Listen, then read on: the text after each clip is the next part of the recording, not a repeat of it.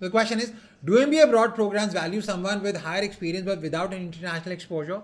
Because I have heard INSEAD gives great importance to international work experience. It's a very valid question. The first thing that I want you to do is watch one of the videos on YouTube, my YouTube, the same channel, where I've talked about how to crack INSEAD, and I focused on why international exposure is very, very important for INSEAD.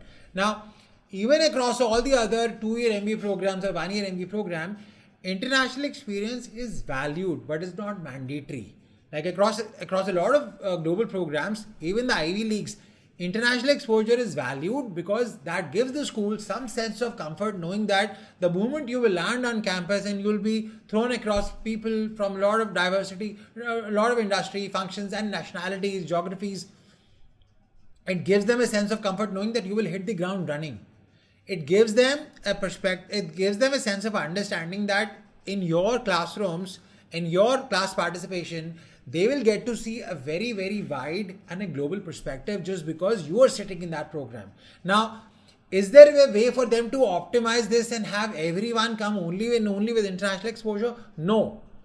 So that's not, as I said, that's valued, but it's not mandatory. You don't get ruled out just because you didn't have international exposure. So if you think you're getting stopped just because you don't have international exposure, but you have all the other things that are very, very strong for you, please don't stop. 100% apply. Now, when it comes to INSEAD 1, you will definitely watch that video. Now, when it comes to INSEAD's MBA program, it's just that it's a 10-month MBA program. So, and I've done a lot of interviews with people from INSEAD, my ex-applicants from INSEAD, and a lot of other people who've gone to top global 1-year MBA programs. The formula is, if you are going to spend 10 months out of your comfort zone in a different country, and normally a 1-year MBA program is a 10-month MBA program. So if you're going to spend a lot of time outside, like the first time in your life you're getting outside your country, outside your comfort zone, and you're sitting with people from all different countries, and you have only 10 months, it's a very, very fast running treadmill. That essentially means you will have to do a lot of heavy lifting in the coursework, 3 cases, 4 cases a day, understanding corporate finance, leadership, communication, marketing, this and that.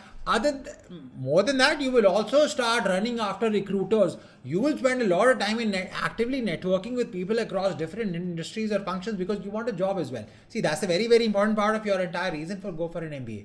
Now, when I started my MBA, I did not have any international exposure, but I was lucky that I joined a 2-year MBA program. In the first year of my entire experience, I realized that a lot of recruiters were not responding to my emails, and I had a tough time getting an internship. Everything works fine at the end, but I'm glad it was a 2-year MBA program. Had I done the same thing had I gone to a 1-year MBA program, I promise you, I would have graduated with writing a book on how to not do these 500 things. And that's it. I would have started my career as selling that book. But just because I went to a 2-year MBA program, I had the opportunity of applying everything next year.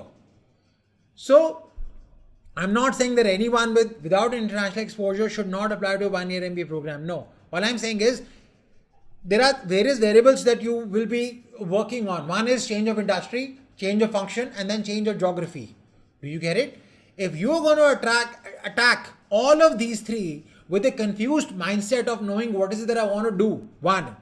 So you will spend a lot of time in, first of all, assessing what is it that I want to do in my life. Second, you will spend a lot of time also understanding the cultural sensibilities of people from diverse backgrounds so that recruiters value you, they respond to you, and you know how to conduct yourself even in various networking sessions out there.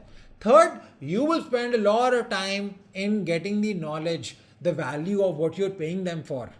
And sometimes if you don't have international exposure, the first variable takes a lot of your time, the one where you have to get used to people from very diverse backgrounds. And because of this, you don't get to do a lot of things of reaching out to getting the right internships, right jobs, and learning from an MBA.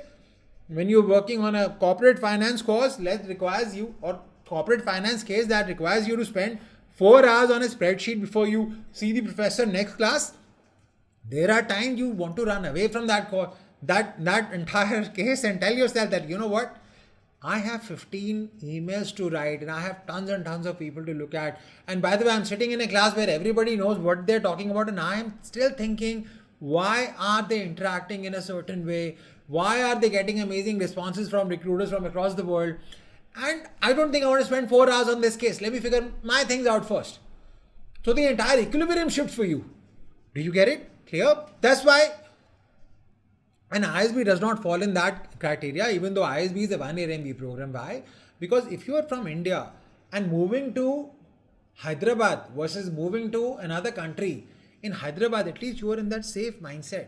Everyone that you'll be working with will be at least an Indian. So you don't have to deal with managing the cultural sensibilities of what people, where people come from.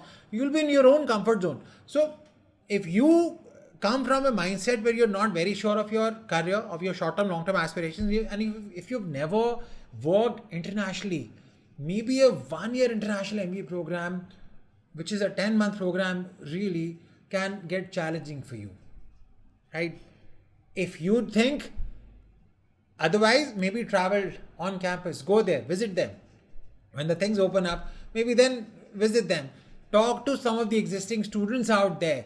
Find out, evaluate your situation, and remember one thing, you are the customer who will be paying them for their services. So you have 100% absolute right to find out whether, don't think from the perspective whether they'll take me. Think from the perspective of, even if they take me, will that take my life forward or not? That's how you evaluate this decision. Thank you.